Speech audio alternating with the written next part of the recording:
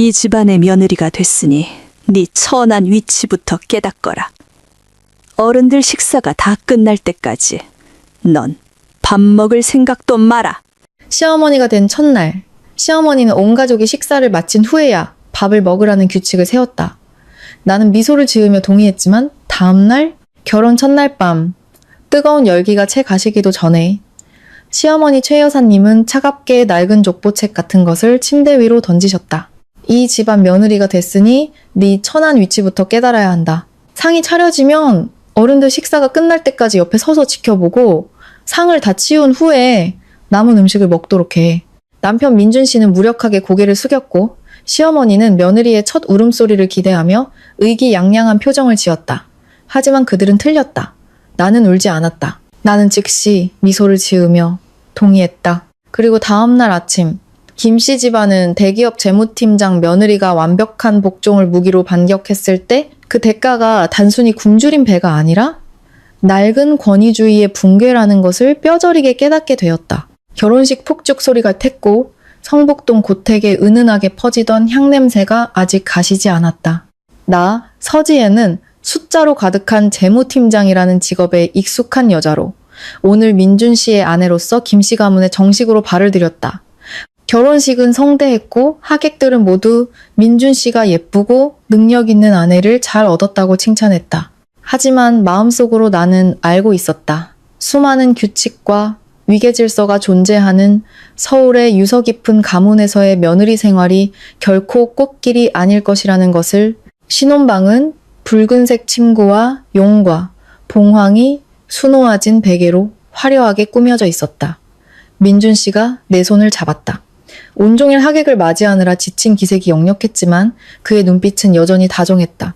그는 이제부터 이곳이 우리 두 사람의 보금자리이며 언제나 나를 지키고 사랑하겠다고 말했다. 하지만 그의 손길이 주는 따스함이 채 퍼지기도 전에 마른 노크 소리가 울렸다. 문이 열리고 시어머니 최 여사님이 들어오셨다. 예식 때 입으셨던 고급스러운 검은색 한복을 그대로 입고 계셨고 얼굴에는 분이 두껍게 발라져 있었지만 날카로운 눈매는 위압적인 기색을 숨기지 못했다. 손에 들린 것은 축의금 봉투나 선물이 아니었다. 낡고 해진 검은색 가죽 표지의 수첩이었다. 최 여사님은 화장대 옆 의자에 천천히 앉아 우리에게도 앉으라는 눈짓을 했다. 목소리는 낮고 단호했으며 한마디 한마디가 모처럼 박혔다. 이제 너희도 정식으로 부부가 되었구나. 우리 김씨 집안은 예부터 가풍을 중시하고 위계 질서가 분명한 곳이다. 지혜야, 네가 이 집 며느리로 들어왔으니 한 식구이긴 하지만 집안의 법도를 명확히 알아야 한다. 이 수첩은 대대로 이 집 며느리들이 반드시 명심해야 할 사항들을 기록해 둔 것이다. 나는 민준 씨를 힐끗 쳐다보았다. 그는 고개를 약간 숙인 채 체념한 듯한 표정이었다. 나는 조용히 미소 지으며 최대한 공손한 태도로 대답했다. 네, 어머님, 제가 처음이라 서툰 것이 많을 테니 어머님께서 잘 가르쳐 주시면 며느리의 도리를 다하겠습니다. 최 여사님은 누렇게 변색된 종이를 한 장씩 넘기며 평탄하지만 위험 있는 목소리로 읽기 시작했다. 기상시간부터 걸음걸이, 조상님을 모신 사당 청소, 드나들 때마다 인사를 드리는 것까지. 나는 속으로 이런 것들은 예의 바른 가정이라면 당연한 일이라고 생각하며 귀를 기울였다. 하지만 마지막 장을 읽으실 때 방 안의 공기는 순식간에 얼어붙었다. 최 여사님은 내 눈을 똑바로 쳐다보며 한 글자 한 글자 힘주어 말했다. 그리고 가장 중요하고 엄격한 규칙이다. 평소 식사든 잔치든 너는 새 며느리로서 집안에서 가장 아랫사람이다. 그러니 어른들이 식사하는 동안에는 절대 겸상해서는 안 된다. 나와 내 남편이 식사를 마치고 상을 깨끗이 치운 후에야 너는 남은 음식을 먹을 수 있다. 이것은 아랫사람으로서 인내심과 공경심을 기르는 방법이다. 민준 씨가 깜짝 놀라 더듬거렸다. 어머니, 요즘 세상에 어떻게 그런 규칙이 있어요? 지혜 씨도 하루 종일 힘들게 일하고 오는데 집에서까지 그렇게 기다리게 하는 건 너무하잖아요. 최 여사님은 아들을 쏘아보았다. 너는 조용히 해라. 이건 집안의 가풍이지. 네가 흥정할 문제가 아니다. 이 예전에 내가 내 할머니께 시집 왔을 때 나도 온 식구가 식사를 마칠 때까지 밤늦도록 굶주리며 기다렸다. 그래야만 내 위치에 대한 분수를 알고 집안의 위험을 지킬 수 있었지. 지혜야, 네 생각은 어떠냐? 나는 그 수첩과 시어머니의 의기양양한 얼굴을 번갈아 보았다. 재무팀장으로서 온갖 까다로운 상황을 처리하는 데 익숙했던 나는 이것이 권력 싸움의 시작이라는 것을 즉시 알아차렸다. 만약 내가 지금 울거나 반항한다면 나는 버릇없는 며느리가 되어 오랫동안 억압받을 빌미를 제공하게 될 것이다. 하지만 내가 동의한다면 나만의 무기를 갖게 되는 셈이다. 나는 심호흡을 한번 하고 이상할 정도로 평온한 얼굴로 조용히 고개를 숙였다. 네, 어머님. 어머님 말씀이 지당하십니다. 저를 위해 한국 여성의 인내심을 길러주기 위해 하시는 말씀인 걸 잘 압니다. 어머님께서 정해주신 가풍을 절대적으로 따르겠습니다. 내일부터 어머님 말씀대로 실천하겠습니다. 매일. 최 여사님은 나의 빠른 굴복에 약간 놀란 듯 했다. 그녀는 헛기침을 한 번 하고 수첩을 덮으며 일어섰다. 그렇게 이해한다니 다행이구나. 그럼 둘 다 일찍 쉬도록 해라.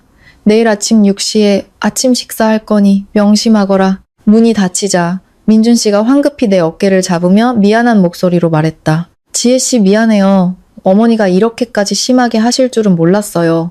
내가 다시 말씀드릴게요. 당신을 이렇게 고생시킬 수는 없어요. 나는 남편의 손을 가볍게 두드리며 눈을 반짝였다. 걱정 마세요. 저한테 다 방법이 있어요. 저 재무팀장이잖아요. 수익과 지출의 균형을 맞추는 법도 알고 제 권리를 지키는 법도 알아요. 일단 어머님 뜻대로 하게 놔둬보세요. 이 규칙이 얼마나 재밌어지는지 곧 알게 될 거예요. 신혼 첫날 밤, 나는 민준 씨의 품에 안겨 있었지만 내 머릿속은 이미 계획을 짜기 시작했다. 시어머니가 내 목에 채운 족쇄를 이용해 오히려 그녀를 상상도 못할 공경에 빠뜨릴 계획을. 내일 아침의 해는 현대 여성이 낡은 편견에 가장 부드러운 태도로 맞서는 새로운 전쟁의 시작이 될 것이다. 알람 시계가 정확히 새벽 5시 30분에 울렸다. 나는 벌떡 일어나 창문 틈으로 스며드는 서울의 차가운 새벽 공기를 느꼈다. 습관처럼 깔끔한 오피스룩으로 갈아입고 가볍지만 꼼꼼하게 화장을 했다. 착한 새 며느리처럼 부엌에서 부산을 떠는 대신 나는 화장대 앞에 여유롭게 앉아 눈썹을 그리고 은은한 향수를 뿌렸다. 정확히 6시, 나는 거실로 내려갔다. 최 여사님은 이미 식탁에 앉아 초조한 기색을 감추지 못하고 있었다. 민준 씨도 일어나 차를 우려내고 있었다. 나를 보자마자 그는 황급히 불렀다. 지혜 씨, 어서 와서 아침 준비해야지. 어머니 기다리시잖아. 최 여사님은 헛기침을 하며 시계를 한번 보고는 나를 쏘아보았다. 새며느리가 이제야 내려오는 거냐? 어서 부엌에 가서 국이라도 끓이든지 간단하게 뭐라도 해서 온 가족 먹고 출근하게 서둘러라. 나는 마지막 계단에 서서 활짝 미소 지었지만 부엌 쪽으로는 한 발짝도 움직이지 않았다. 나는 팔짱을 끼고 부드럽지만 또렷한 목소리로 말했다. 네, 어머님. 어젯밤 어머님 가르침을 똑똑히 기억하고 있습니다. 제가 아랫사람이라 어른들께서 식사를 마치시기 전에는 식탁이나 음식에 손을 대서는 안 된다고 하셨잖아요. 곰곰이 생각해보니 제가 부엌에 들어가 요리를 하고 그릇을 놓다 보면 어머님과 민준 씨가 드시기 전에 실수로 음식에 손을 댈 수도 있겠더라고요. 그건 큰 불경죄잖아요. 감히 어머님 말씀을 어길 수 없습니다. 최 여사님은 잠시 멈칫했다. 손에 든 젓가락이 미세하게 떨렸다. 그녀는 눈을 가늘게 뜨고 물었다. 그럼 너는 나와 네 남편을 굶길 작정이냐? 나는 여전히 달콤한 목소리로 즉시 대답했다. 아니요, 그럴 리가요. 저는 제 본분을 다하고 있을 뿐입니다. 제가 어른들 음식에 손을 댈 수 없으니 어머님과 민준 씨의 식사를 제가 준비할 수는 없습니다. 어머님과 민준 씨께서 밖에서 식사를 하시거나 직접 요리해서 드시기를 기다리겠습니다. 식탁이 깨끗해지고 부엌이 비워지면 그때 제 몫의 식사를 준비하겠습니다. 민준 씨는 멍하니 서 있었다. 손에 든 찻잔을 거의 쏟을 뻔했다. 그는 나와 어머니를 번갈아 보며 무슨 말을 해야 할지 몰랐다. 최 여사님은 화가 나서 얼굴이 파랗게 질렸다. 그녀는 퀭 소리가 나게 식탁을 내리쳤다. 네가 지금 그따위 핑계로 집안일을 피하려는 게냐? 내가 너더러 나중에 먹으라고 했지 요리하지 말라고 했느냐? 나는 여전히 차분한 태도를 유지하며 천천히 설명했다. 어머님께서 읽어주신 가풍에 따르면 어른들이 식사하실 때 겸상하면 안 된다고 하셨습니다. 그런데 요리를 하려면 간을 봐야 하잖아요. 그러면 제가 어머님보다 먼저 혹은 동시에 음식을 맛보게 되는 셈입니다. 저는 새 며느리이니 집안의 법도를 지켜야 하지 않겠습니까? 어머님께서 드시기도 전에 제가 음식에 먼저 손을 댔다고 친척분들이 아시면 어떡해요. 말을 마친 나는 시계를 보고는 태연하게 가방을 들었다. 이제 출근할 시간이 다 됐네요. 어머님과 민준 씨는 편하게 하세요. 식사 다 하시면 그릇은 그냥 두세요. 저녁에 퇴근해서 제가 치우고 제 몫을 먹겠습니다. 그럼 다녀오겠습니다. 나는 최 여사님의 극심한 당혹감을 뒤로하고 걸어 나갔다. 등 뒤에서 그녀의 거친 숨소리와 나를 부르는 민준 씨의 목소리가 들렸지만 돌아보지 않았다. 대문을 나서자 이상한 해방감이 느껴졌다. 무례하게 굴고 싶지는 않았지만 처음부터 명확하게 선을 긋지 않으면 불합리한 복종의 굴레에 갇히게 될 것임을 알고 있었다. 회사 근처 카페에서 나는 크루아상과 따뜻한 라테로 구성된 고급스러운 아침 식사를 주문했다. 시원한 에어컨이 나오는 사무실에 앉아 여유롭게 아침을 즐겼다. 최 여사님의 뜻대로 부엌 구석에서 식은 밥이나 남은 반찬을 먹어야 했던 비참한 모습과는 완전히 다른 풍경이었다. 이것은 시작에 불과하다는 것을 알았다. 최 여사님처럼 평생을 대접받고 헛된 권위 속에서 살아온 사람은 쉽게 포기하지 않을 것이다. 하지만 그녀는 한 가지를 잊고 있었다. 규칙은 그녀가 만들었고 나는 그 규칙을 가장 기계적으로 충실히 이행하는 사람일 뿐이라는 것을. 회계에서 숫자 하나가 틀리면 재무제표 전체가 망가진다. 그리고 이 가정에서 나는 그 해괴한 가풍에서 단 1mm도 벗어나지 않을 것이다. 결혼 이틀째 성북동의 그 집은 무서울 정도로 고요함에 잠겨 있었다. 보통의 전통적인 가정이라면 이 시간쯤 칼질 소리, 물 흐르는 소리, 그리고 고소한 기름 냄새가 나야 했다. 하지만 오늘 김씨 집안의 부엌은 쥐 죽은 듯 조용했다. 나는 제 시간에 일어나 여전히 여유롭게 스킨케어를 했다. 거울 속 내 얼굴은 걱정 하나 없이 환했다. 아래층으로 내려가니 최 여사님은 소파에 앉아 신문을 들고 있었지만 눈은 계속 부엌 쪽을 향해 있었다. 민준 씨는 옆에서 안절부절 못하며 가끔 계단 쪽을 쳐다보았다. 내가 내려오자 최 여사님은 짜증을 참지 못하고 비꼬는 투로 말했다. 서지혜, 오늘도 이 집을 굶길 셈이냐? 어제는 결혼식 때문에 피곤해서 그렇다고 넘어가줬지만 오늘도 그 아랫사람 타령을 계속 할 작정이야? 나는 태연히 다가가 정중하게 인사했다. 네, 어머님. 어제 이미 말씀드렸습니다. 저는 쇼를 하는 게 아니라 며느리의 도리를 다하고 있는 겁니다. 어젯밤 어머님께서 빌려주신 가풍 수첩을 다시 읽어보았습니다. 10페이지에 며느리는 어른들의 밥상에 오를 음식의 정갈함을 지켜야 한다고 분명히 적혀 있었습니다. 막 잠에서 깬 제 손은 아직 정갈하지 못합니다. 어머님께 올릴 음식을 만지면 음식의 신성함을 더럽히게 됩니다. 저는 미천한 몸이니 어머님과 민준 씨께서 식사를 마치신 후에야 감히 부엌에 들어가 제 것을 챙기겠습니다. 최 여사님은 신문을 테이블에 내던지며 벌떡 일어섰다. 궤변 늘어놓지 마라. 그럼 넌 이 늙은 내가 부엌에 들어가 너 먹을 밥까지 차려주길 바라는 거냐? 나는 마치 재무보고서를 읽듯 평온한 목소리로 대답했다. 아니요, 어머님. 감히 어머님께 그런 부탁을 드릴 수 없습니다. 어머님과 민준 씨 두 분이서 직접 해드시거나 민준 씨가 나가서 음식을 사오시면 됩니다. 저는 이미 말씀드렸듯이 나중에 먹겠습니다. 나중에 먹을 것이니 아무도 제 걱정은 안 하셔도 됩니다. 저에게는 제 방법이 있습니다. 민준 씨가 일어나 내 손을 잡으며 애원했다. 지혜 씨, 제발 그만해요. 어머니도 연세가 있으신데 조금만 참아주면 안 돼요?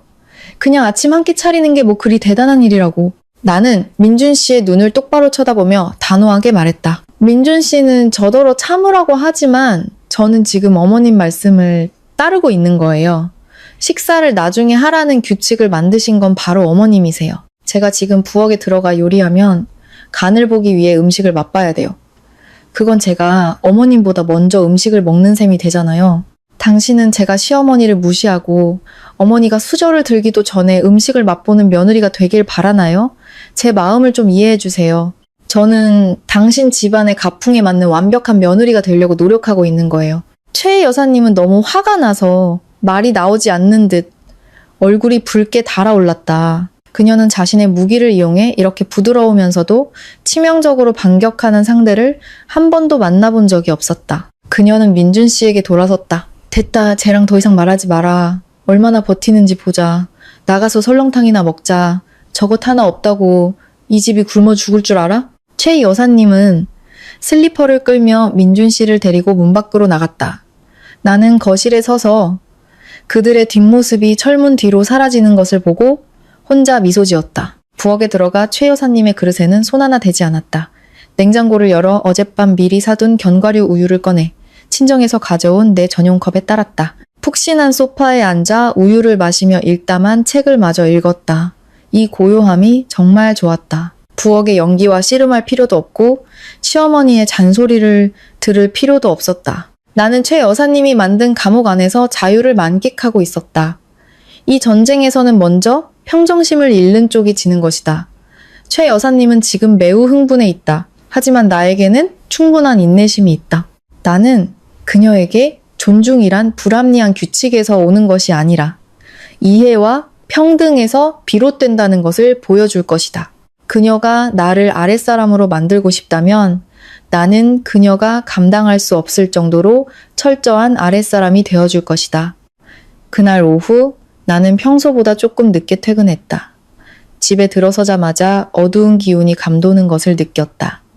부엌에서는 라면 냄새가 진동했다. 나의 파업으로 인해 시어머니와 남편은 결국 가장 빠른 방법으로 배를 채운 모양이었다. 최 여사님은 식탁에 앉아 있었다. 앞에는 국물이 다 그져버린 라면 그릇이 놓여 있었다. 그녀는 총알이라도 쏠 듯한 눈빛으로 나를 쳐다보며 분노로 목소리가 갈라졌다. 서지혜, 너 정말 대단하다. 온종일 집을 비워서 이 늙은 시어머니가 집에서 라면을 먹게 만들어? 내 양심은 어디에다 팔아먹었니? 아내로서, 며느리로서의 도리는 다 어디 갔어? 나는 가방을 내려놓고 하이힐을 벗은 뒤 천천히 식탁으로 다가갔다. 두려워하거나 미안한 기색 없이 오히려 걱정이 가득한 얼굴이었다. 어머님, 왜 라면을 드세요? 민준 씨는 어디 가서 어머님을 이렇게 고생시켜요? 저는 민준 씨가 어머님 모시고 외식이라도 하거나 맛있는 거라도 시켜드릴 줄 알았는데요. 최 여사님은 손으로 식탁을 내리쳤다. 민준이 탓하지 마라. 걔는 늦게 퇴근했고 나는 피곤해서 나가기 싫었다. 며느리인 네가 밥을 해야 할 책임이 있는 거야. 어디서 어른들 그릇에 손도 못 댄다는 헛소리를 해? 그건 그냥 네가 게으름 피우고 이 늙은이를 괴롭히려는 핑계일 뿐이잖아. 나는 가볍게 한숨을 쉬고 맞은편 의자에 앉았다. 물론 규칙에 따라 그녀의 밥상에서 멀찍이 떨어진 곳이었다. 나는 그녀의 눈을 똑바로 보며 진심 어린 목소리로 말했다. 어머님, 그렇게 말씀하시면 정말 억울해요. 저는 게으른 게 아니에요. 회사에서도 하루 종일 힘들게 일하는 걸요. 하지만 저는 어머님 가르침을 항상 마음속 깊이 새기고 있어요. 아랫사람은 어른들께서 식사를 마치시기 전에는 밥상에 손을 대면 안 된다고요. 제가 부엌에 들어가 요리하고 그릇을 놓다 보면 어머님께서 드시기 전에 실수로 음식에 손을 댈 수도 있어요. 그럼 불경죄잖아요. 어머님, 지금 식사 다 하셨어요? 식사를 마치고 상을 깨끗이 닦으셨다면 제가 이제 부엌에 들어가 제 몫을 준비해도 될까요? 최 여사님은 말문이 막혔다. 더 혼내려 했지만 자신이 만든 논리의 덫에 빠진 것을 깨달았다. 그녀는 더듬거렸다. 그냥 네가 요리해. 내가 너더러 나먹을 거 요리하지 말라고 금지한 건 아니잖아. 나는 고개를 저으며 단호한 표정을 지었다. 안 돼요, 어머님. 무슨 일이든 순서가 있는 법이에요. 제가 어머님 식사를 준비하면 식재료에 손을 대고 간을 봐야 해요. 그건 제가 어른들의 식사에 참여하는 것이고 가풍에 따르면 저는 아직 그럴 자격이 없어요. 만약 제가 그렇게 했다가 나중에 어머님께서 저를 예의도 모르고 부엌에서 어머님과 동급인 양 행세하는 며느리라고 하시면 제가 얼굴을 어떻게 들고 다니겠어요? 차라리 굶고 게으르다는 꾸중을 듣는 편이 낫지 김씨 가문의 가풍을 무시하는 무식한 며느리라는 오명을 쓰고 싶지는 않아요. 내 말은 최 여사님의 얼굴에 찬물을 끼얹는 것과 같았다. 그녀는 몇 초간 얼어붙어 입을 벌렸지만 아무 말도 하지 못했다. 며느리의 도리에 대한 그녀의 논리는 이제 그녀 자신이 대접받는 것을 막는 장애물이 되어버렸다. 그때 민준 씨가 들어왔다. 팽팽한 분위기를 감지하고 그는 황급히 말렸다. 어머니, 지혜 씨 그만들 해요. 각자 한마디씩만 참아요. 제가 나가서 도시락이라도 사와서 다 같이 먹어요. 나는 남편을 보며 미소 지었다. 당신은 당신이랑 어머님 것만 사오세요. 저는 제 몫은 따로 주문했어요. 곧 배달 올 거예요.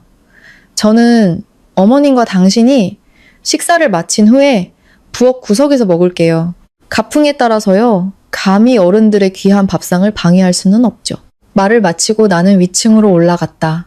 식어버린 라면 그릇과 쓰라린 패배감에 젖어있는 최 여사님을 남겨두고 나는 오늘 밤 그녀가 잠 못 이룰 것을 알았다.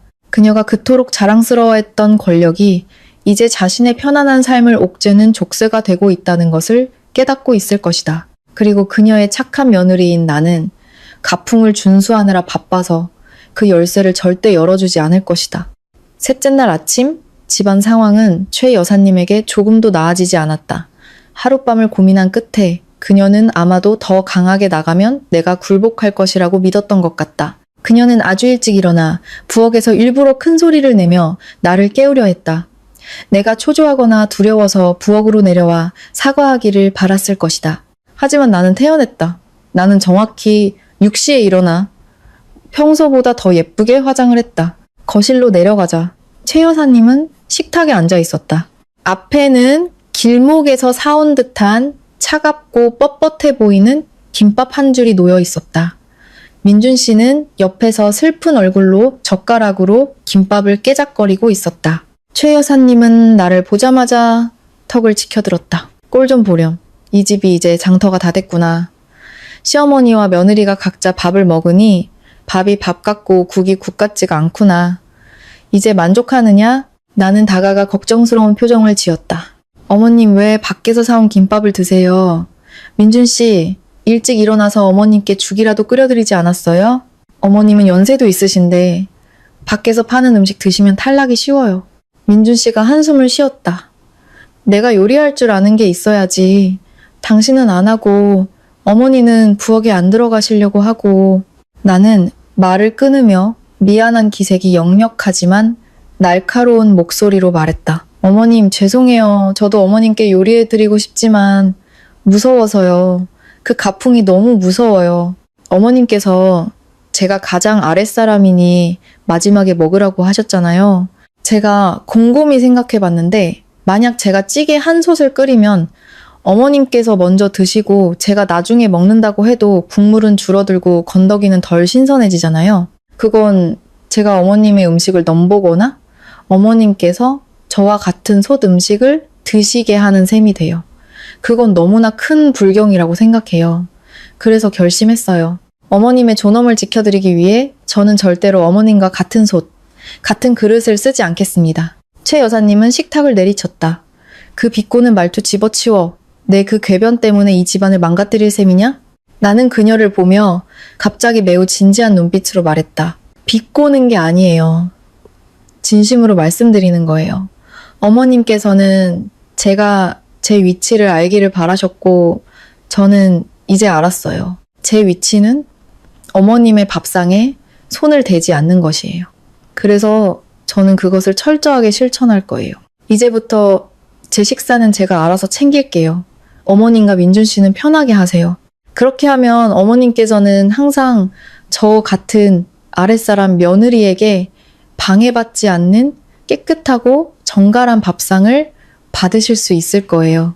말이 끝나자마자 초인종이 울렸다. 내가 나가서 문을 열자 배달원이 향긋한 냄새가 나는 음식 봉지를 건넸다.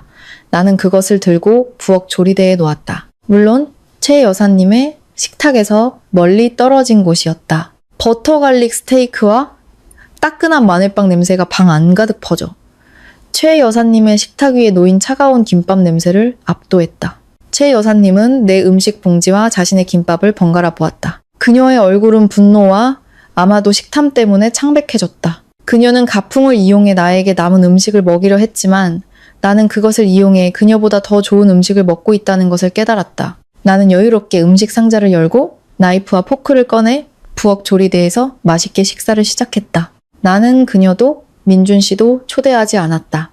이유는 너무나 간단했다.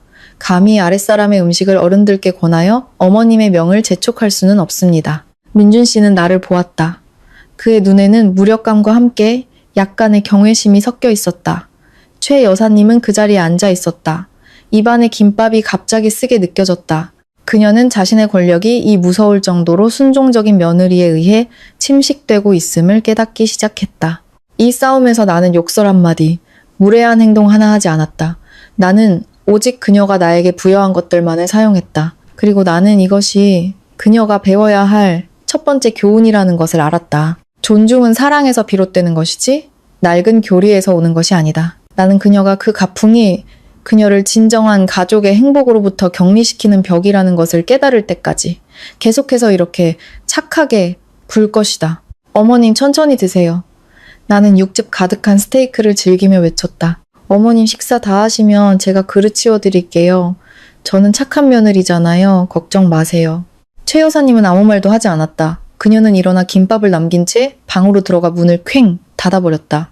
나와 민준 씨는 서로를 쳐다보았다. 그는 조용히 고개를 저었고 나는 이 두뇌 싸움에서 또 한 라운드를 이겼다는 것을 알았다. 사흘간의 팽팽한 대치 후 성북동의 집안 공기는 납덩이처럼 무거워졌다. 민준 씨는 본래 온순하고 어릴 때부터 최 여사님의 강한 그늘 아래서 살아온 탓에 다소 우유부단한 남자였다. 그는 봉건적인 예법을 숭배하는 어머니와 억압받기를 거부하는 영리한 아내 사이에 끼어 있었다. 그날 밤 내가 방에서 재무보고서를 읽고 있을 때 민준 씨가 잠을 설친 듯 떼탄 얼굴로 들어왔다. 그는 내 옆에 앉아 내 손을 잡고 길게 한숨을 쉬었다. 그의 목소리는 애원하는 듯 낮게 깔렸다. 지혜 씨, 어머니가 신혼 첫날 밤에 그 가풍을 내놓으신 건 좀 심했다는 거 알아요. 하지만 며칠 동안 우리 집이 집 같지가 않잖아요. 어머니는 연세도 있으시고 고집도 세시니 당신이 며느리로서 한 발짝만 물러서 주면 안 될까요? 나는 서류를 테이블에 내려놓고 몸을 돌려 남편의 눈을 똑바로 쳐다보았다. 내 눈빛에는 분노가 없었다. 오직 얼음장처럼 차가운 이성만이 있었다. 나는 그에게 되물었다. 한 발짝 물러서라니. 어떻게 물러서라는 거죠? 제가 어머님 말씀에 반항한 적이 있나요? 어머님께서 주신 규칙에서 벗어난 행동을 한 적이 있나요? 민준 씨는 당황했다. 그는 두 손을 비비며 말했다. 물론 당신이 어머니 말씀대로 하긴 했지만 너무 극단적이잖아요. 어머니는 당신더러 나중에 먹으라고 하셨지 온 가족을 위해 밥을 하지 말라고 하신 건 아니잖아요. 그냥 평소처럼 요리하고 어머니 식사 끝나면 그때 먹으면 되잖아요. 그렇게 하면은 집안 분위기도 좋아지고 며느리 도리도 하는 거고요. 나는 씁쓸하게 웃었다. 내가 남편으로 선택한 남자에 대한 실망감이 담긴 웃음이었다. 민준 씨, 너무 간단하게 생각하네요. 제가 부엌에 들어가 요리하면 간을 봐야 하고 음식을 그릇에 담아야 해요. 그러면 어머니는 또 저더러 분수도 모르는 며느리가 어른보다 먼저 음식에 손을 댔다고 하실 거예요. 아직도 모르겠어요? 어머니는 제가 밥을 하길 원하시는 게 아니에요. 제가 이 집에서 복종하고 낮은 신분을 받아들이길 원하시는 거예요. 저는 지금 어머니가 정한 규칙이 얼마나 불합리한지 보여드리기 위해 어머니 뜻대로 하고 있는 거예요. 저더러 양보하라고 하지 마세요. 저는 잘못한 게 없으니 양보할 것도 없어요. 민주 씨는 인내심을 잃기 시작했다. 그는 일어나 방 안을 서성였다. 하지만 어머니 좀 봐요. 라면이랑 배달 음식만 드셔서 위장병까지 도지셨잖아요. 당신은 재무팀장으로서 수백 명의 직원을 관리하면서 왜 집에서는 가족들 편안하게 조금 융통성을 발휘하지 못하는 거예요? 나 정말 두 사람 사이에 껴서 너무 힘들어요. 나는 일어나 그에게 다가가 셔츠 깃을 바로잡아 주었다. 목소리는 여전히 부드러웠지만 강철처럼 단단했다. 당신이 힘든 건 진실을 마주할 용기가 없기 때문이에요. 진실은 당신 어머니가 낡은 악습으로 며느리를 괴롭히고 있다는 거예요. 그리고 당신은 평화를 위해 아내가 그 괴롭힘을 감수하길 바라고 있고요. 민준 씨, 나는 당신을 사랑해서 이 집에 왔어요. 하지만 지난 세기의 사상의 노예가 되려고 온 건 아니에요. 저는 당신 어머니의 규칙을 그대로 따르고 있는데 왜 저를 탓하죠? 어머니가 힘들어 보이시면 당신이 직접 부엌에 들어가서 어머니께 밥 한 끼 차려드리면 되잖아요. 아니면 당신도 부엌 길은 여자의 몫이고 아랫사람 여자는 굴욕을 참아야 한다고 생각하나요? 민준 씨는 할 말을 잃었다. 그는 나를 마치 낯선 사람처럼 쳐다보았다.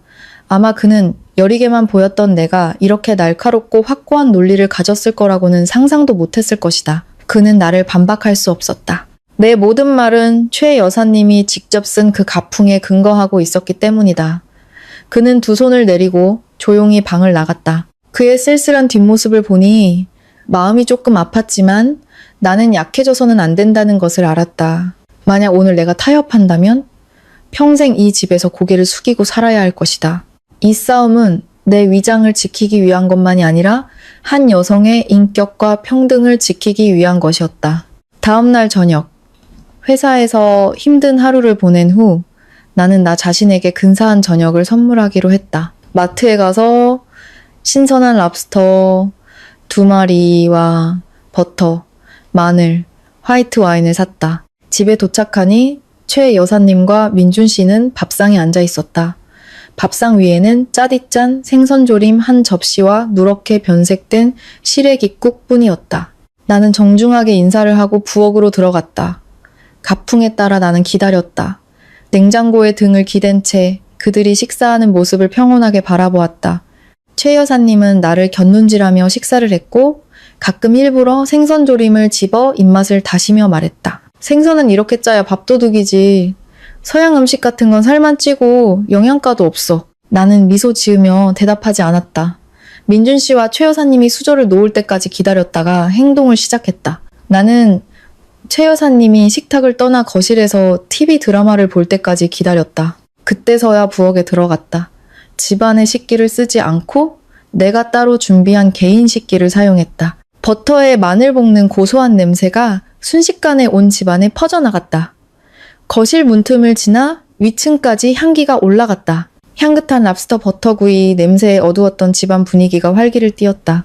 거실의 TV 소리가 점점 작아지고 대신 최 여사님의 헛기침 소리가 계속 들렸다. 나는 여유롭게 붉고 윤기. 나는 랍스터 구이를 접시에 담아 부엌 조리대에 올렸다.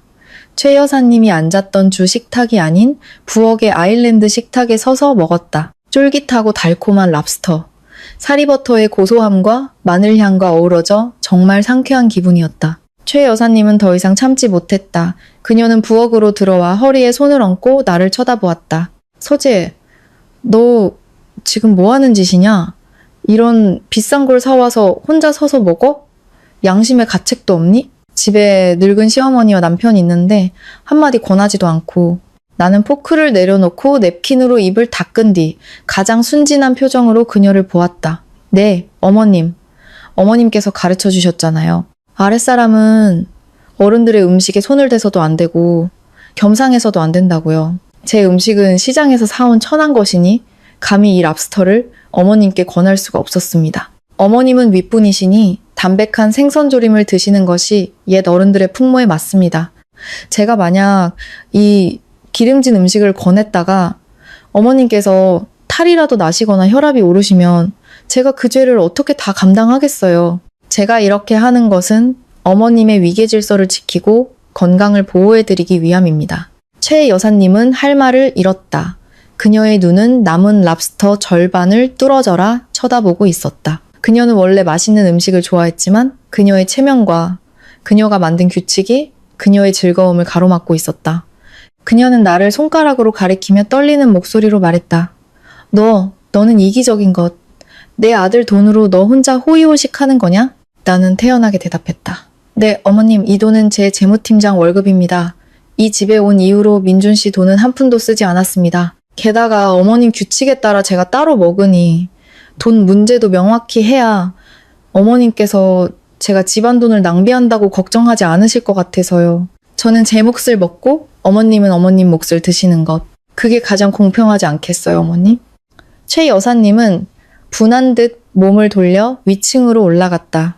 나무 계단에서 쿵쿵거리는 발소리가 울렸다. 나는 랍스터 접시와 거실에서 고개를 숙인 채 조용히 앉아있는 민준 씨를 보았다. 맛있는 식사였지만 마음 한구석이 불편했다. 계속 이렇게 살고 싶지는 않았지만 최 여사님이 변하지 않는다면 나는 앞으로도 오랫동안 혼자 맛있는 음식을 먹어야 할 것이다. 일요일 아침 성북동의 나뭇잎 사이로 햇살이 비칠 때 최 여사님은 총공격을 결심했다. 그녀는 나와 민준 씨를 거실로 불렀다. 손에는 여전히 그 낡은 가풍 수첩이 들려 있었다. 오늘 그녀의 얼굴에는 살기가 가득했고 얇은 입술은 일자로 굳게 닫혀 있었다. 그녀는 수첩을 나무 테이블 위로 세게 내리쳤다. 조용한 방 안에 날카로운 소리가 울려 퍼졌다.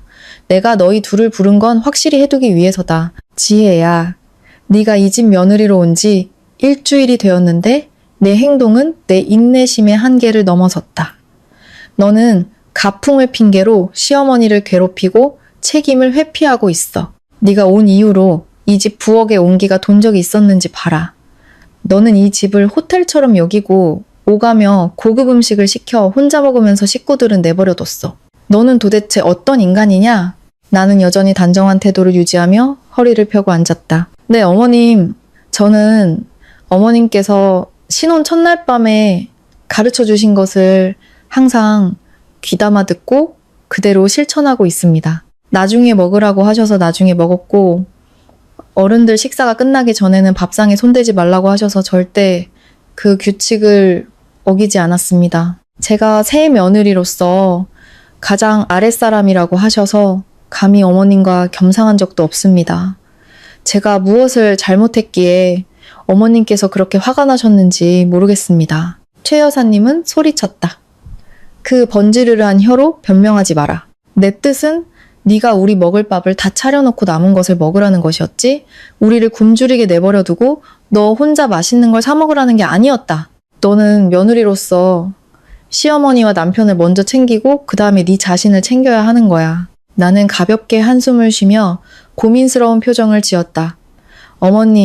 어머님께서는 제가 아랫사람이라 어른들 음식에 손대면 안 된다고 가르치셨습니다. 제가 요리를 하면은 간을 봐야 하는데 그건 제가 어머님보다 먼저 먹는 셈이 됩니다. 그리고 제가 만든 음식을 담다가 실수로 어머님 그릇에 손이라도 닿으면 그건 불경죄가 되잖아요. 제가 아무리 생각해봐도 규칙을 어기지 않으면서 어머님의 존엄성을 지킬 수 있는 유일한 방법은 각자 자기 몫을 챙기는 것 뿐이었습니다. 어머님께서 저더러 따로 먹으라고 하셨으니 제가 어떻게 감히 어머님과 같은 음식을 먹겠어요. 제가 이렇게 하는 건 다 어머님을 너무나 존경하기 때문입니다. 최 여사님은 너무 화가 나서 일어서서 내 얼굴을 가리켰다. 너 당장 이 집에서 나가. 우리 김씨 집안에는 너처럼 궤변으로 시어머니를 억압하는 며느리는 필요 없다. 그제야 민준 씨가 허둥지둥 일어나 말렸다. 어머니 진정하세요. 지혜 씨도 그냥 어머니 뜻대로 한 거잖아요. 서로 이야기로 풀면 되지. 왜 나가라고까지 하세요? 나는 일어섰다. 조금도 두려워하거나 당황한 기색이 없었다. 나는 최 여사님을 평온하게 쳐다보았다. 어머님께서 나가라고 하시면 바로 나가겠습니다. 하지만 가기 전에 한 가지만 여쭙고 싶습니다. 어머님께서 가풍을 내세우신 것은 행복한 가정을 만들기 위함이었습니까? 아니면 며느리를 위한 감옥을 만들기 위함이었습니까? 만약 어머님께서 돈 안 받는 하녀, 말 잘 듣고 굴욕을 참는 사람을 원하셨다면 사람을 잘못 고르신 겁니다. 하지만 어른을 공경하면서도 자존심을 지킬 줄 아는 며느리를 원하신다면 그 가풍을 다시 한번 생각해 보셔야 할 겁니다. 그럼 방에 가서 짐 싸겠습니다. 나는 등을 돌렸다. 마음이 가벼웠다. 내가 잘못한 것은 없었다. 민준 씨의 나약함과 최 여사님의 독단이 이 집을 숨막히게 만들었다. 내 인격을 지키기 위해 떠나야 한다면 기꺼이 그렇게 할 것이다. 하지만 나는 최 여사님이 나를 쉽게 보내지 않을 것이라고 확신했다. 그녀가 아직 예상하지 못한 경제적인 카드가 남아 있었기 때문이다. 내가 여행 가방에 옷을 챙겨놓고 있을 때 민준 씨가 달려들어왔다. 그는 뒤에서 나를 꼭 껴안으며 간절하게 말했다. 지혜 씨, 가지 마요. 어머니는 그냥 화나서 하신 말씀이에요. 제발 여기 있어요. 내가 어머니랑 다시 이야기할게요. 나는 그의 팔을 풀고 몸을 돌렸다. 민준 씨, 문제는 가느냐 마느냐가 아니에요. 평등의 문제예요. 당신도 봤잖아요. 어머니는 저를 길들여야 할 짐승처럼 여기세요. 저는 이렇게 살 수 없어요. 하지만 당신을 봐서 한 번만 더 여기 머물게요. 대신 이제부터는 모든 것이 달라질 거예요. 나는 아래층으로 내려갔다. 최 여사님은 거실에서 멍하니 앉아 있었다. 나는 여행 가방 대신 작은 종이 한 장을 들고 있었다. 나는 그녀의 맞은편에 앉았다. 재무팀장의 전문적인 목소리가 울려 퍼졌다. 어머님, 곰곰이 생각해보니 이렇게 각자 다른 생각으로 함께 사는 거는 너무 비효율적이고 피곤한 일인 것 같습니다. 제가 따로 식사하고 어머님을 위해 부엌일을 할 수 없게 되었으니 이번 달부터 집안 재정기여 방식을 바꾸고자 합니다. 최 여사님은 의심스러운 눈초리로 나를 올려다보았다. 네가 뭘 어쩌려고? 나는 차분하게 설명했다. 이전에 민준 씨가 말하길 우리 부부가 매달 어머님께 생활비로 200만 원을 드리기로 했다고 들었습니다. 하지만 제가 집에서 밥을 먹지 않고 어머님과 식료품을 공유하지 않으니 그 금액을 내는 거는 불합리하다고 생각합니다. 제가 정확히 계산해 보았습니다. 이제부터 저는 제가 사용하는 전기, 수도, 인터넷 요금에 해당하는 금액만 내겠습니다. 계량기 수치에 따라 매달 30만 원을 내겠습니다. 나머지 돈은 제가 밖에서 제 식사를 해결하는데 사용하겠습니다. 민준 씨는 자기 몫을 내고 어머님은 어머님 몫을 책임지시는 겁니다. 이것이 어머님께서 정하신 따로 먹는 정신에 가장 부합하는 공평한 방식입니다. 최 여사님은 그 말을 듣고 얼굴색이 변했다. 그녀는 연금이 많지 않았고 그동안 집안의 모든 지출은 민준 씨의 월급과 이제는 나의 기여금에 의존하고 있었다. 매달 큰 돈이 줄어든다는 사실에 그녀는 속이 쓰렸다. 그녀는 더듬거렸다. 너는 그렇게 빡빡하게 계산을 해야겠니? 전기세, 수도세가 고작 그 정도라고? 그럼 내가 이 집을 관리하는 수고는 어떡하고? 나는 미소 지었다. 어머님께서는 어머님과 민준 씨를 관리하시는 거지 저는 감히 어머님을 귀찮게 해드린 적이 없습니다. 음식은 제가 사 먹고 그릇도 제 것을 따로 씻고 방 청소도 제가 합니다. 제가 사용하는 것에 대해 30만 원이면 충분하다고 생각합니다. 어머님께서 제 위치를 알라고 가르쳐 주셨으니 저도 제 돈을 지켜서 저와 민준 씨의 미래를 준비해야 하지 않겠어요? 최 여사님은 아들이 뭔가 말해주길 바라며 민준 씨를 쳐다보았지만 민준 씨는 고개를 숙였다. 그 도 만약 나에게 돈을 더 내라고 강요하면 내가 당장 집을 나갈 것이라는 것을 알고 있었다.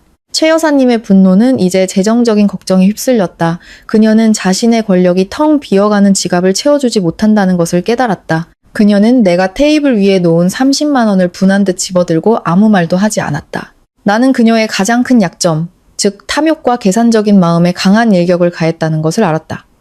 평등한 삶에는 논리뿐만 아니라 경제적인 힘도 필요했다. 그리고 재무팀장은 숫자 앞에서 절대로 손해보지 않는다. 사흘 연속으로 라면과 배달 음식을 먹으며 며느리와 기싸움을 벌인 탓에 원래 위장병이 있던 최 여사님의 건강에 적신호가 켜졌다. 만성 위염이 재발하여 그녀는 오후 내내 배를 움켜쥐고 얼굴을 찡그렸다. 민준 씨는 아침부터 밤늦게까지 일하느라 그녀를 돌볼 사람은 나밖에 없었다. 수요일 오후 나는 일찍 퇴근했다. 집에 들어서자마자 최 여사님이 부엌에서 힘겹게 움직이는 것을 보았다. 그녀는 시래기를 다듬으려 했지만 손발이 떨리고 얼굴이 창백했다. 나를 보자 예전처럼 거만한 기색 없이 그저 힐끗 쳐다보고는 다시 시래기 더미로 고개를 숙였다. 나는 여유롭게 부엌으로 들어가 물 한 잔을 따르고는 문가에 기대어 그녀를 바라보았다. 나는 조심스럽게 걱정하는 목소리로 말했다. 어머님 왜 부엌에 내려와 계세요? 위가 안 좋으신데? 쉬셔야죠. 최 여사님은 한숨을 내쉬며 힘없는 목소리로 말했다. 요리 안 하면 뭘 먹니? 민준이는 오늘 늦게 온다는데 채 굶길 수는 없잖니. 너한테는 이제 폐 안 끼치 마. 나는 다가가 그녀가 다듬다. 만 시래기 바구니를 보았다. 어머님, 이렇게 다듬으시면 안 돼요. 이 시래기는 질겨서 줄기 끝을 좀 더 잘라내야 해요. 안 그러면 드실 때 딱딱해서 배가 더 아프실 거예요. 제가 가르쳐 드릴게요. 말을 마친 나는 그녀 옆에 서서 시래기를 손가락으로 가리켰지만 절대로 손을 대서 돕지는 않았다. 나는 약속을 지켰다. 아랫사람은 어른들의 것에 손대지 않는다. 어머님은 정말 대단하세요. 이 연세에도 아들을 위해 손수 밥상을 차리시니 민준 씨는 정말 복받았어요. 어머님 하시는 걸 보니 정말 존경스러워요. 제가 부엌에 들어오면 서툴러서 어머님 밥상을 망칠까봐 죄송해서 안 되겠어요. 최 여사님은 나를 올려다보았다. 그녀의 눈에는 피로와 함께 거만한 겉모습 뒤에 숨겨진 애원 같은 것이 비쳤다.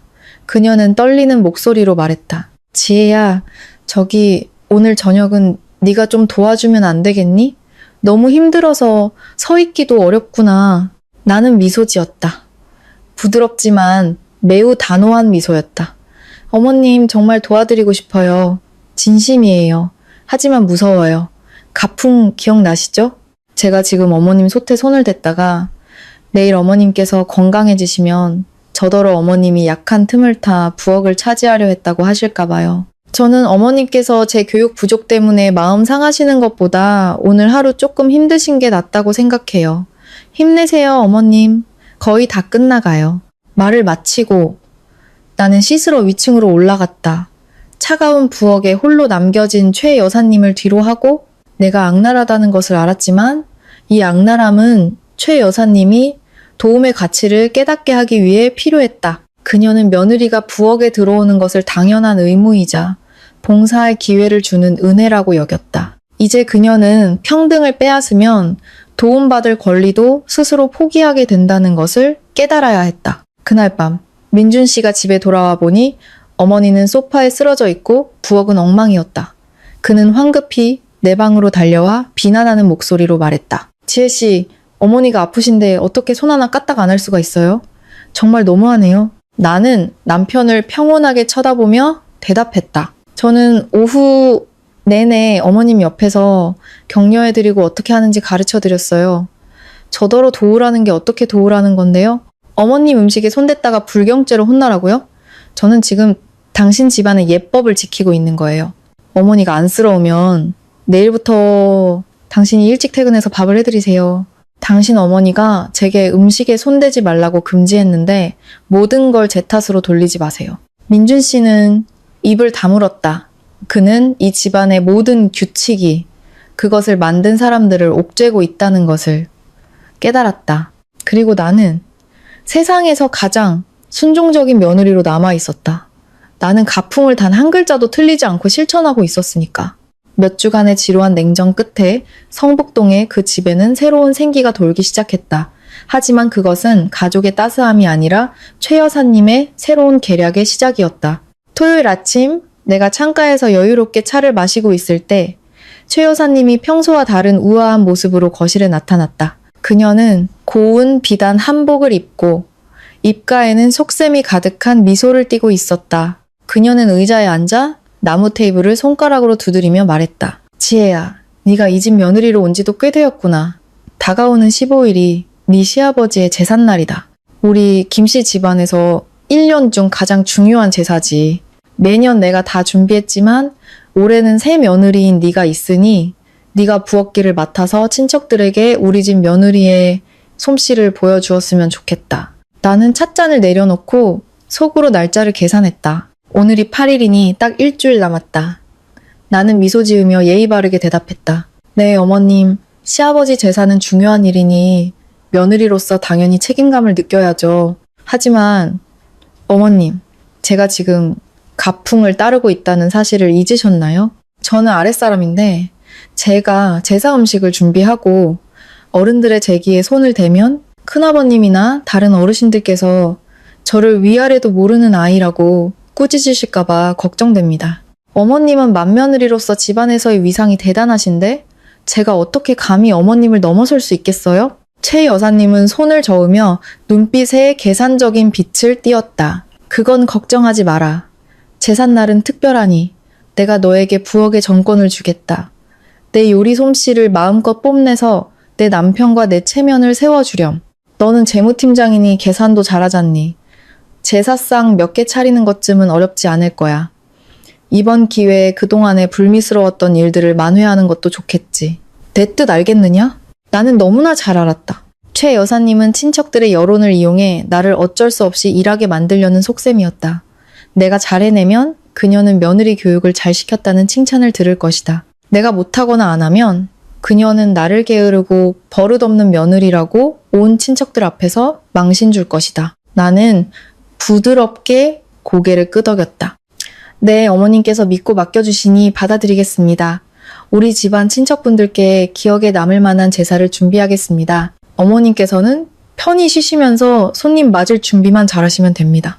옆에 서 있던 민준 씨는 내가 동의하자 기뻐하는 기색이 역력했다.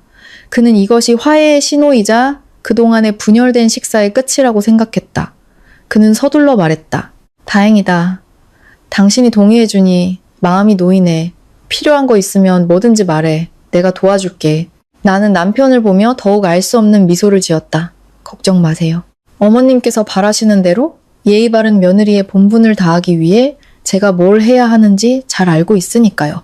그 후 일주일 동안 나는 평소처럼 출근했다. 아침 일찍 나가고 밤늦게 돌아왔다. 최 여사님은 내가 장을 보거나 제사 음식을 준비하는 기색이 전혀 없자 초조해하기 시작했다. 매일 저녁 내가 돌아오면 그녀는 계단에서 소리쳐 물었다. 지혜야, 제사 준비는 어디까지 됐니? 내가 아는 가게라도 알려줄까? 나는 항상 차분하게 대답했다. 어머님 걱정 마세요. 다 계획이 있습니다. 저 재무팀장이잖아요. 모든 일에는 절차와 일정이 있는 법이죠. 제삿날이 되면 부족한 거 하나 없이 완벽할 테니 보시게 될 거예요. 사실 나는 제사 음식을 하나도 주문하지 않았고 고기 한 근, 찹쌀 한 톨도 사지 않았다. 내가 14일 저녁에 집에 가져온 것은 오직 노랗고 탐스러운 국화 꽃다발과 큰 용봉, 초 한 쌍뿐이었다. 나는 그것들을 제단에 정중하게 올렸다. 최 여사님은 부엌에 들어가 텅 빈 냉장고와 깨끗한 부엌을 보고는 경악했다. 요리 준비의 흔적이라고는 찾아볼 수 없었다. 그녀는 내 방으로 달려와 날카롭게 소리쳤다. 처지해, 내일이 제사인데 왜 집에 쌀 한 톨 고기 한 점이 없는 거냐? 내일 아침에 장을 봐서 어떻게 제사상 4-4개를 차리겠다는 거냐? 나는 태연하게 손톱을 다듬으며 달콤한 목소리로 대답했다. 어머님 제가 말씀드렸잖아요. 아주 특별한 제사를 준비하겠다고요. 어머님께서 가르쳐 주셨잖아요. 며느리는 아랫사람이라 어른들 밥상에 손대면 안 된다고요. 제가 오늘 밤부터 요리를 하면 음식 냄새가 온 집에 퍼지고 간도 봐야 하잖아요. 그러면 제사가 시작되기도 전에 제가 불경을 저지르는 셈이 돼요. 저는 내일 아침 어머님을 위한 특별한 서프라이즈를 준비했어요. 어머님은 푹 주무시고 내일 예쁘게 하고 친척분들 맞이할 준비만 하시면 돼요. 최 여사님은 반신반의했지만 내 자신감 있는 태도에 아마 어디 식당에 주문했겠지라며 스스로를 안심시켰다. 그녀는 분한 듯 방으로 돌아가며 한마디 던지는 것을 잊지 않았다. 네가 뭘 하든 내일 친척들 앞에서 내 체면을 깎으면 가만두지 않겠다. 나는 그녀의 뒷모습을 보며 속으로 웃었다. 제가 준비한 서프라이즈는 어머님께서 평생 잊지 못하실 거예요. 이 게임에서는 규칙을 준 자가 이기는 법이다. 그리고 나는 그녀의 규칙이 제사라는 현실에 적용되었을 때 얼마나 멋진 효과를 발휘하는지 보여줄 것이다. 15일 이른 아침, 성북동 고택은 사람들로 북적이기 시작했다. 먼 곳에서 큰아버님 가족과 친척들이 속속 도착했다. 최 여사님은 고운 자색 한복을 입고 진주 목걸이를 한 채 환한 얼굴로 손님들을 맞았다. 그녀는 입만 열면 자랑했다. 네, 올해는 새며느리가 들어와서요. 아주 솜씨가 좋답니다. 자기가 알아서 다 할 테니 어머니는 편히 쉬라고 하더라고요. 어르신들은 편히 앉아 계시면 곧 제사상이 차려질 겁니다. 김씨 집안의 까다롭기로 소문난 여자 친척들은 그 말을 듣고 고개를 끄덕였다. 형님은 복도 많으시네요. 맏며느리가 며느리 교육을 저렇게 잘 시키니 집안에 복이 들어올 일만 남았네요. 오전 8시, 손님들이 거실에 가득 앉아 담소를 나누고 있었다. 하지만 이상하게도 부엌에서는 칼질 소리 하나, 음식 냄새 하나 나지 않았다. 민준 씨는 안절부절 못하며 부엌과 거실을 오갔다.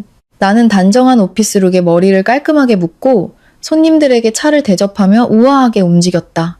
누가 뭘 물어도 웃으며 공손하게 대답했다. 오전 9시, 가장 큰 어른인 큰아버님이 시계를 보며 최 여사님에게 물었다. 재수씨, 이제 제사 지낼 시간이 다 되어가는데 제사상 준비가 아직 안 된 것 같구려. 새 며느리는 어디 있소? 어서 준비하라고 하는 게 좋겠소. 최 여사님은 그제야 식은땀을 흘리기 시작했다. 그녀는 황급히 부엌으로 달려가 내가 여전히 여유롭게 찻잔을 씻고 있는 것을 보았다. 그녀는 조용히 소리쳤다. 지혜야, 제사 음식이 어디 있냐? 지금 시간이 몇 시인데 부엌이 이렇게 텅 비어 있어? 너 지금 나를 놀리는 거냐? 나는 그녀를 올려다보며 매우 순진한 눈빛으로 말했다. 네, 어머님. 제가 지금 어머님을 기다리고 있었어요. 손님들 차 대접은 다 준비했습니다. 제사상과 어른들 식사는 제가 전에 말씀드렸잖아요. 저는 아랫사람이라 어른들께서 드시기 전에는 음식에 손을 댈 수 없다고요. 오늘 오신 분들은 모두 집안의 큰 어른들이신데 제가 더욱 예법을 지켜야 하지 않겠어요? 감히 불경을 저지를 수 없습니다. 최 여사님은 눈을 동그랗게 떴다. 무슨 소리야? 그럼 너 아무것도 준비 안 했다는 거니? 나는 활짝 웃었다. 어머님 걱정 마세요. 제가 시어머님께서 조상님께 바칠 수 있는 가장 훌륭한 정성을 보여드릴 무대를 준비했습니다. 거실을 한번 보세요. 이제 제가 발표할 시간이에요. 나는 최 여사님이 반응할 틈도 주지 않고 집안 어른들이 모두 모여있는 거실 한가운데로 걸어나갔다. 나는 헛기침을 하여 모두의 주목을 끈 뒤 크고 또렷하며 매우 예의 바른 목소리로 말했다. 큰아버님 그리고 여러 친척 어르신 여러분, 오늘은 시아버님의 중요한 제삿날입니다. 남편과 저는 새 며느리로서 마땅히 이 일을 맡아야 했습니다. 하지만 저희 어머님 최 여사님께서는 가풍과 예법을 극진히 중시하시는 분입니다. 어머님께서는 새 며느리는 아랫사람이라 가문의 청결함과 존엄을 지키기 위해 어른들의 제사상이나 음식에 절대 손을 대서는 안 된다고 가르치셨습니다. 사람들이 웅성거리기 시작했다. 큰아버님은 눈살을 찌푸리며 최 여사님을 쳐다보았다. 나는 계속했다. 어머님의 가르침을 존중하고 김씨 가문 조상님들께 최고의 정성을 표하기 위해 저희 어머님께서는 오늘 직접 부엌에 들어가 모든 제사 음식을 손수 준비하시기로 결정하셨습니다. 어머님께서는 어머님처럼 오랜 세월 집안을 지켜온 맏며느리의 손만이 조상님께 음식을 올릴 자격이 있다고 말씀하셨습니다. 저는 아랫사람이라 어머님께서는 제가 밖에서 차를 대접하고 모든 분이 식사를 마친 후에야 시중을 들도록 허락하셨습니다. 저희 어머님께서는 이미 부엌에서 준비를 마치셨습니다. 잠시만 기다리시면 김씨 가문의 부를 지키는 분의 훌륭한 솜씨를 맛보실 수 있을 겁니다. 최 여사님은 부엌 문가에 서서 얼굴이 핏기 하나 없이 하얗게 질렸다. 그녀는 물러설 수 없는 상황에 내몰렸다. 만약 부정한다면 그녀가 그토록 자랑하던 가풍으로 자신의 뺨을 때리는 셈이었다. 만약 나에게 요리하라고 시킨다면 나는 또다시 아랫사람 논리를 내세워 모두 앞에서 거절할 것이다. 큰아버님이 낮고 힘있는 목소리로 말했다. 재수씨, 며느리 교육을 아주 철저하게 시키셨구려. 하지만 시댁을 위한 재수씨의 그 마음이 참으로 귀하오. 이왕 이렇게 된 거 어서 부엌에 들어가 제사 시간에 맞추도록 하시오. 우리가 너무 오래 기다리는 건 예의가 아니니 다른 동서들은 한가하면 들어가서 좀 돕고 새 며느리는 음식에 손대게 하지 말고 그러다 재수씨네 가풍을 어기면 저 아이만 곤란해지지. 최 여사님은 그 자리에 얼어붙었다. 평소 최 여사님의 자랑과 까다로운 성격을 못마땅하게 여기던 시누이들은 그녀가 자승자박하는 꼴을 보자 신이 나서 끼어들었다. 맞아요, 형님. 형님 솜씨가 이 동네에서 최고잖아요. 어서 부엌에 들어가세요. 저희는 채소나 다듬어 드릴게요. 간 맞추고 상 차리는 건 형님이 다 하셔야죠. 형님이 지혜한테 가르치신 대로 정갈하게요. 최 여사님은 분하고 답답했다. 그녀는 나를 잡아먹을 듯한 눈빛으로 쳐다보았지만 수많은 어른들 앞에서 그저 이를 악물고 부엌으로 들어갈 수밖에 없었다. 조용했던 부엌은 순식간에 전쟁터가 되었다. 거의 70이 다 된 내가 온 이후로는 힘든 일에 손 하나 대지 않았던 최 여사님은 이제 혼자서 제사상 4개를 차려야 했다. 그녀는 허둥지둥 민준 씨에게 닭고기, 새우, 채소를 사오라고 시켰다. 민준 씨는 땀을 뻘뻘 흘리며 정신없이 뛰어다녔다. 나는 여전히 태연하게 거실에서 친척들과 담소를 나누었다. 가끔 부엌에 가서 문가에 서서 지켜보며 소리쳤다. 어머님, 소금 너무 많이 넣지 마세요. 큰아버님 혈압 높으시잖아요. 어머님, 닭은 예쁘게 자르셔야 해요. 안 그러면 제사상에 올렸을 때 모양이 안 예뻐서 다른 분들이 우리 집 며느리 솜씨 없다고 웃을 거예요. 최 여사님은 요리를 하면서 속으로 피눈물을 흘렸다. 늙고 떨리는 손으로 닭을 자르니 조각들이 들쑥날쑥했다. 연기와 기름 냄새가 그녀의 고운 한복에 잔뜩 배었다. 그녀는 나를 불러 돕게 하고 싶었지만 입을 열려고 할 때마다 시누이들이 나중에 먹는 가풍 이야기를 꺼낼 준비를 하고 쳐다보는 것이 느껴졌다. 제사는 결국 예정보다 2시간이나 늦게 끝났다. 제사상이 차려졌을 때 떡은 뭉개지고 닭고기는 엉망으로 잘려 있었으며 국은 식어 있었다. 친척들은 모두 고개를 저었다. 큰아버님은 최 여사님이 들을 수 있을 정도로 조용히 말했다. 재수씨도 이제 늙었구려. 기력이 예전 같지 않은데 왜 저런 이상한 규칙을 만들어서 고집을 부리는가. 그냥 저 아이가 했으면 훨씬 빠르고 보기 좋았을 것을. 재수씨가 자기 자신과 온 집안을 고생시키는구려. 최 여사님은 고개를 숙인 채 아무도 쳐다보지 못했다. 제사가 끝나고 친척들이 식탁에 앉았다. 가풍에 따라 나는 구석에 비켜서서 겸상하지 않았다. 사람들이 나에게 와서 먹으라고 권했지만 나는 부드럽게 거절했다. 아닙니다. 어머님께서 새 며느리는 아랫사람이라 어른들 식사가 끝나고 상을 다 치운 후에 먹어야 한다고 가르치셨습니다. 저는 여기서 어르신들 시중을 들겠습니다. 식탁 곳곳에서 웅성거리는 소리가 들리기 시작했다. 사람들은 최 여사님이 악랄하게 며느리를 괴롭히다가 결국 자기가 당했다는 이야기를 하기 시작했다. 최 여사님의 집안 내 위신, 그토록 오랫동안 지켜온 모범적인 맏며느리라는 명성은 단 한 번의 제사로 산산조각이 났다. 최 여사님은 주빈석에 앉아 있었지만 밥이 넘어가지 않았다. 그녀는 손님들에게 예의 바르게 미소 짓고 있는 나를 보았다. 그것은 완벽한 승자의 미소였다. 그녀는 오늘부로 그 낡은 가풍이 이 집에서의 그녀의 독단적인 권력에 대한 사형 선고가 되었음을 깨달았다. 제사가 끝나고 손님들이 모두 돌아갔다. 최 여사님은 기진맥진하여 소파에 쓰러졌다. 집은 다시 고요해졌다. 하지만 그것은 큰 변화를 앞둔 고요함이었다. 나는 그녀에게 다가가 오렌지 주스 한 잔을 테이블에 놓으며 조용히 말했다. 어머님, 쉬세요. 제가 설거지하겠습니다. 그리고 어머님께서 원하시는 대로 남은 음식을 먹겠습니다.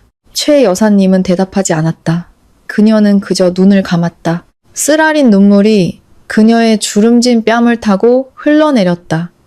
가장 큰 전투는 끝났고 이제 새로운 질서를 세울 시간이었다. 그 끔찍했던 제사 이후 최 여사라는 이름은 성북동 골목의 화제가 되었다. 예법을 중시하면서도 남 이야기하기 좋아하는 동네 아주머니들은 김씨 집안의 나중에 먹는 가풍 이야기를 빠르게 퍼뜨렸다. 어디를 가든 최 여사님은 자신을 향한 조롱 섞인 시선을 느꼈다. 최 여사님은 체면을 목숨처럼 여기는 사람이었다. 그녀는 평생을 우아하고 가풍을 지키는 서울 토박의 여성의 이미지를 쌓는 데 바쳤다. 하지만 단 한 번의 제사로 그 이미지는 완전히 무너졌다. 사람들은 그녀가 70의 나이에 손수 제사 음식을 차렸다고 칭찬하는 대신 낡고 옹졸한 성격 때문에 며느리에게 제대로 한 방 먹었다고 비웃었다. 월요일 오후 최 여사님이 위장약을 사러 대문을 나서자 옆집 이 여사님과 마주쳤다. 이 여사님은 며느리를 공주처럼 떠받드는 사람이라 두 사람은 평소 사이가 좋지 않았다. 이 여사님은 마당을 쓸며 빈정거리는 목소리로 말했다. 어머, 최 여사님, 오늘은 직접 장 보러 가시나 봐요. 지혜는 어디 가고 어르신을 이렇게 고생시킨대? 아니면 댁내가풍대로 최 여사님 식사 끝날 때까지 방에서 기다리고 있나? 최 여사님은 얼굴이 붉어졌다. 그녀는 지갑을 꽉 쥐고 애써 평온한 목소리를 유지했다. 걔는 출근했소. 회사에서 중요한 일을 하는 애라. 이런 자잘한 일은 내가 할 수 있소. 신경 꺼주시구려. 이 여사님은 픽 웃었다. 나는 신경 안 쓰는데 그냥 최 여사님이 안쓰러워서 그렇지. 온 동네가 다 그러더라고. 며느리 하나는 기가 막히게 잘 얻었다고. 똑똑한 재무팀장이라더니 아주 옳은 말씀을 철저하게 잘 듣잖아. 나중에 먹으라면 진짜로 기다리고 밥상에 손대지 말라면 제사상 차리는 시어머니를 혼자 내버려 두고 정말 복도 많으셔. 며느리를 너무 잘 가르쳐서 시어머니가 부엌에서 울게 만들 정도니? 최 여사님은 아무 말도 못하고 그 독서를 피해 도망치듯 걸음을 재촉했다. 하지만 약국에 가서도 다른 아주머니들이 수군거리는 소리를 들었다. 요즘 세상에 며느리한테 남은 밥 먹으라는 시어머니가 어디 있대. 김씨 집안 뼈대 있는 줄 알았더니 완전 낡아빠진 봉건주의자였어. 그 집 며느리도 보통은 아니더라. 시어머니가 한 집 그대로 갚아줘서 아주 제대로 한 방 먹였대. 그 수근거림은 바늘처럼 최 여사님의 자존심을 찔렀다. 그녀가 그토록 자랑스러워했던 권위가 이제 동네 사람들의 웃음거리가 되었다는 것을 깨달았다. 집에 돌아와 문을 쾅 닫고 텅 빈 거실에 멍하니 앉아 있었다. 시아버지의 사진을 올려다보며 쓰라린 감정이 밀려왔다. 가풍을 지키려 했을 뿐인데 왜 결과가 이렇게 비참해졌을까? 그동안 나는 회사에서 태연하게 일했다. 여론이 내 편이라는 것을 알았지만 우쭐하지 않았다. 내 목적은 시어머니에게 굴욕을 주는 것이 아니라 나와 민준 씨의 삶을 옥죄는 불합리한 족쇄를 부수는 것이었다. 헛된 위신이 무너졌을 때가 최 여사님이 현실을 직시하고 변화를 받아들일 때라는 것을 알았다. 동네의 침묵은 무서울 수 있지만 실패 속에서 깨닫는 것이야말로 내가 그녀에게 바라는 것이었다. 수요일 저녁, 집안 공기는 그 어느 때보다 무거웠다. 조용한 저녁 식사 후 최 여사님은 또다시 혼자 초라한 밥상을 치워야 했다. 나는 여전히 나중에 먹는 규칙에 따라 밖에서 기다렸다. 그녀는 조용히 테이블을 손으로 치며 쉰 목소리로 말했다. 민준아, 지혜야, 둘 다 거실로 와라. 할 말이 있다. 민준 씨는 피곤하고 불안한 눈빛으로 나를 보았다. 일주일간의 스트레스로 그는 눈에 띄게 수척해져 있었다. 우리는 최 여사님 맞은편에 앉았다. 최 여사님은 오늘따라 몇 살은 더 늙어 보였고 눈빛은 평소의 날카로움을 잃고 지쳐 있었다. 최 여사님은 한참 동안 침묵하다가 나를 보았다. 그녀의 목소리에는 더 이상 권위가 아닌 씁쓸함이 담겨 있었다. 지혜야, 네가 이겼다. 너는 내 가풍을 이용해서 나를 잔인한 시어머니로 온 집안과 동네에 웃음거리로 만들었어. 갓 시집 온 며느리가 그렇게 머리가 좋고 대담할 줄은 몰랐구나. 나는 여전히 평온한 태도를 유지했다. 어머님, 저는 어머님과 이기고 지는 싸움을 하려던 게 아닙니다. 처음부터 말씀드렸듯이 저는 어머님의 규칙을 가장 충실하게 이행했을 뿐입니다. 그 규칙의 결과가 사람들의 비웃음이라면 그건 제 잘못이 아니라 규칙 자체의 잘못입니다. 그 규칙은 현대 사회에 맞지 않고 사람 사이의 애정도 담고 있지 않습니다. 그제야 민준 씨가 목이 맨 목소리로 말했다. 어머니, 제발요. 우리 집 이제 그만 이랬으면 좋겠어요. 하루 종일 일하고 집에 오면은 따뜻한 분위기를 보고 싶은데 이제는 대문을 들어서는 것조차 두려워요. 어머니는 제 아내에게 굴욕을 주셨지만 결국 고통받는 건 어머니와 저 자신이에요. 저는 어머니와 지혜 씨 모두를 사랑하지만 이대로는 제가 버틸 수가 없어요. 최 여사님은 한숨을 쉬었다. 그녀는 아들과 나를 번갈아 보았다. 제사 이후의 고독과 피로가 그녀를 흔들기 시작했다. 나는 기회가 왔다고 판단하고 가방에서 미리 준비해둔 깔끔하게 인쇄된 종이를 꺼냈다. 나는 그것을 테이블 위에 놓고 시어머니 쪽으로 밀었다. 이게 뭐냐? 최 여사님이 눈을 가늘게 뜨고 물었다. 나는 차분하게 대답했다. 네, 어머님. 이것은 문명적인 공동생활 합의서입니다. 제가 집안 모든 구성원의 권리와 의무를 바탕으로 작성했습니다. 만약 우리가 증오 없이 한 지붕 아래서 계속 살고 싶다면 새로운 규칙이 필요합니다. 무조건적인 복종이 아닌 평등과 상호 존중에 기반한 규칙 말입니다. 최 여사님은 종이를 집어들었다. 그녀의 손이 약간 떨렸다. 그녀는 내가 밤새 한 글자 한 글자 고심하여 작성한 조항들을 읽기 시작했다. 민준 씨도 옆에서 함께 읽었고 나는 그의 눈에서 희망의 빛을 보았다. 합의서는 길지 않았지만 재무팀장 스타일답게 간결하고 논리정연했다. 최 여사님은 한 조항씩 천천히 읽었다. 방 안은 벽시계 소리가 들릴 정도로 조용했다. 그녀가 첫 번째 조항에서 멈추자. 나는 설명하기 시작했다. 첫째, 지위에 따른 나중에 먹기나 따로 먹기 같은 낡은 악습은 완전히 폐지할 것을 요구합니다. 이 집안의 모든 구성원은 평등합니다. 식사는 가족이 모이는 시간이며 먼저 오는 사람이 요리하고 늦게 오는 사람이 돕습니다. 우리는 한 상에 둘러앉아 같은 음식을 먹을 것입니다. 음식 앞에서 윗사람 아랫사람은 없으며 오직 가족의 정만 있을 뿐입니다. 최 여사님은 미간을 찌푸렸지만 반박하지 않았다. 나는 계속했다. 둘째, 재정에 관해서는 저와 민준 씨가 공평하고 투명하게 생활비를 분담하겠습니다. 이 금액에는 식비, 공과금, 그리고 힘든 집안일을 도와줄 시간제 도우미, 고용 비용이 포함됩니다. 어머님께서는 힘든 일을 하지 않으셔도 되지만 그 돈을 이용해 저희의 삶을 통제하셔서는 안 됩니다. 셋째, 나는 집안일 분담을 강조했다. 요리와 청소는 공평하게 나눕니다.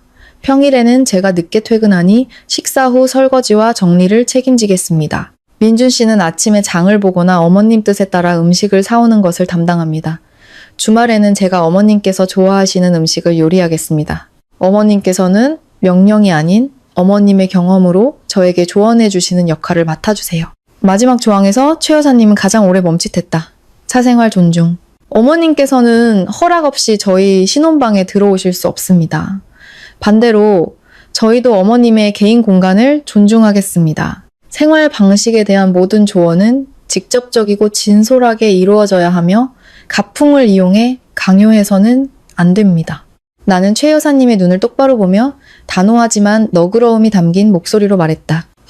어머님, 만약 이 합의서에 서명하시면 저는 최선을 다해 효도하는 며느리가 되겠다고 약속합니다. 어머님께서 편찮으실 때 간호해드리고 우리 가족의 성공과 행복으로 김씨 가문의 체면을 세워드리겠습니다. 하지만 서명하지 않으시면 죄송하지만 저와 민준 씨는 내일 당장 이 집을 나가겠습니다. 이미 회사 근처에 아파트를 알아봤습니다. 민준 씨는 고독 속에서 어머니의 수발을 받으며 여기 남든지 아니면 아내와 함께 자유로운 삶을 개척하러 가든지 선택해야 할 겁니다. 민준 씨가 내 손을 꽉 잡았다. 그는 어머니를 애원하는 눈빛으로 쳐다보았다. 어머니 제발요. 저희가 평범한 아들, 며느리로 살게 해주세요. 선택하게 만들지 말아주세요. 며느리의 단호한 눈빛과 아들의 지치고 실망한 표정을 보자 최 여사님의 마음속에 있던 견고한 성벽이 무너져 내렸다. 그녀는 만약 낡은 규칙을 계속 고집한다면 잃는 것이 동네에서의 체면뿐만 아니라 평생의 자랑이자 삶의 이유였던 유일한 아들이라는 것을 깨달았다. 최 여사님은 의자에 등을 기댔다. 그녀는 이 고택을 바라보았다. 그녀가 반평생을 바쳐 지켜온 곳이었다. 하지만 불꽃에 산소가 없으면 꺼지거나 집 자체를 태워버린다는 것을 잊고 있었다. 나의 영리함은 그녀가 그 쓰라린 진실을 직시하게 만들었다. 그녀는 떨리는 목소리로 작게 말했다. 나는 항상 그게 집안을 위하고 너희에게 예의를 가르치는 좋은 방법이라고 생각했다. 너희를 이렇게 힘들게 할 줄은 몰랐구나. 동네 사람들이 나를 비웃는 건 참을 수 있다. 하지만 민준이가 나를 떠나면 나는 살아갈 이유가 없다. 최 여사님은 테이블 위에 펜을 집어들었다. 그녀는 마지막으로 나를 쳐다보았다. 마치 이 모든 일이 있은 후에도 내가 정말로 그녀에게 잘할 것인지 확인하려는 듯. 나는 진심 어린 약속의 의미로 부드럽게 고개를 끄덕였다. 최 여사님은 합의서 아래에 서명했다. 그녀의 필체는 약간 떨렸지만 분명했다. 마지막 서명이 끝나자 민준 씨는 천근만근의 짐을 내려놓은 듯 안도의 한숨을 쉬었다. 그는 어머니의 어깨를 감싸 안았고 눈물이 글썽였다. 감사합니다, 어머니. 우리 집이 훨씬 더 행복해질 거예요. 나는 일어나 다가가 최 여사님의 다른 손을 잡았다. 처음으로 아무런 경계심 없이 그녀에게 먼저 손을 내밀었다. 어머님, 일찍 쉬세요. 내일은 제가 일찍 일어나서 어머님께서 좋아하시는 갈비죽을 끓여드릴게요. 출근하기 전에 다 같이 아침 식사해요. 최 여사님은 아무 말 없이 내 손을 가볍게 쥐었다. 그녀의 굴복은 적에게 패배한 것이 아니라 이성과 가족의 앞에 항복한 것이었다. 그 낡은 가풍은 이제 낡은 수첩 속에 슬픈 추억으로만 남을 것이다. 사랑과 이해의 새로운 규칙에게 자리를 내어주고 그날 밤 성북동은 여전히 조용했다. 하지만 김씨 집안에서는 새로운 장이 진정으로 시작되고 있었다. 그 주 일요일 아침, 낡은 기와지붕 위로 꿀같은 햇살이 쏟아졌다. 김씨 집안의 부엌은 몇 년 만에 처음으로 웃음소리와 신선한 음식 냄새로 가득 찼다. 더 이상 배달 음식이나 라면이 아니었다. 나는 일찍 시장에 가서 가장 좋은 갈비를 사고 달콤한 옥수수를 골랐다. 최 여사님은 편안한 옷차림으로 부엌에 내려왔다. 더 이상 소파에 앉아 굳은 얼굴로 기다리지 않았다. 그녀는 내가 채소를 씻고 있는 것을 보고 조용히 말했다. 채소는 내가 다듬어주마. 죽 끓일 때는 계속 저어줘야지. 안 그러면 밑이 눌어붙는다. 나는 미소 지으며 채소 바구니를 그녀에게 건넸다. 네, 어머님, 좀 도와주세요. 어머님 속 따뜻하시게 생강도 좀 다져 넣을게요. 요즘 위가 안 좋으시잖아요. 최 여사님은 고개를 끄덕이며 주름진 손으로 재빠르게 채소를 다듬었다. 민준 씨가 신문을 사들고 돌아오다가 그 광경을 보고 부엌 문가에 멍하니 서 있었다. 그러다 이내 활짝 웃었다. 와, 오늘 우리 집에 이렇게 솜씨 좋은 주부님이 두 분이나 계시니 나는 오늘 세 그릇은 먹어야겠네. 정확히 오전 8시 주 식탁에 아침 식사가 차려졌다. 처음으로 3개의 의자가 나란히 놓였다. 나는 최 여사님을 상석에 모셨다. 그리고 민준 씨 옆에 앉았다. 서 있는 사람도 기다리는 사람도 남은 음식을 먹는 사람도 없었다. 최 여사님은 죽 한 숟가락을 떠서 가볍게 불어 맛을 보았다. 그녀는 조용히 고개를 끄덕였다. 죽맛이 좋구나. 이 아이가 요리 솜씨가 있네. 후추가 조금 부족한 게 흠이지만 나는 웃었다. 네, 내일은 참고할게요. 어머님 많이 드시고 기운 차리세요. 식사는 따뜻하고 편안한 분위기 속에서 진행되었다. 우리는 민준 씨의 회사 이야기, 작은 뒷마당을 가꾸는 계획, 그리고 다음 주말에 큰아버님 댁을 초대해서 가족 분위기가 좋아졌다고 말씀드리자는 이야기를 나누었다. 최 여사님은 가끔 부드러운 갈비를 내 그릇에, 그리고 민준 씨 그릇에 놓아주었다. 그녀의 얼굴은 한결 부드러워졌고 주름도 덜 굳어 보였다. 식사가 끝나고 내가 그릇을 치우려고 일어서자 최 여사님이 막았다. 놔둬라. 내가 치울게. 너랑 민준이는 오랜만에 둘이 산책이라도 다녀오너라. 그동안 둘만의 시간도 없었지? 이런 가벼운 일은 내가 할 수 있다. 나는 민준 씨를 보았고 그는 장난스럽게 윙크를 했다. 우리는 손을 잡고 거리로 나섰다. 나뭇가지마다 깃든 봄의 기운을 느꼈다. 앞으로의 삶에 여전히 갈등과 의견 차이가 있을 것이라는 것을 알았다. 하지만 이제 우리에게는 기댈 수 있는 견고한 기반이 생겼다. 바로 평등과 사랑이었다. 나의 전쟁은 처벌이 아닌 화해로 끝났다.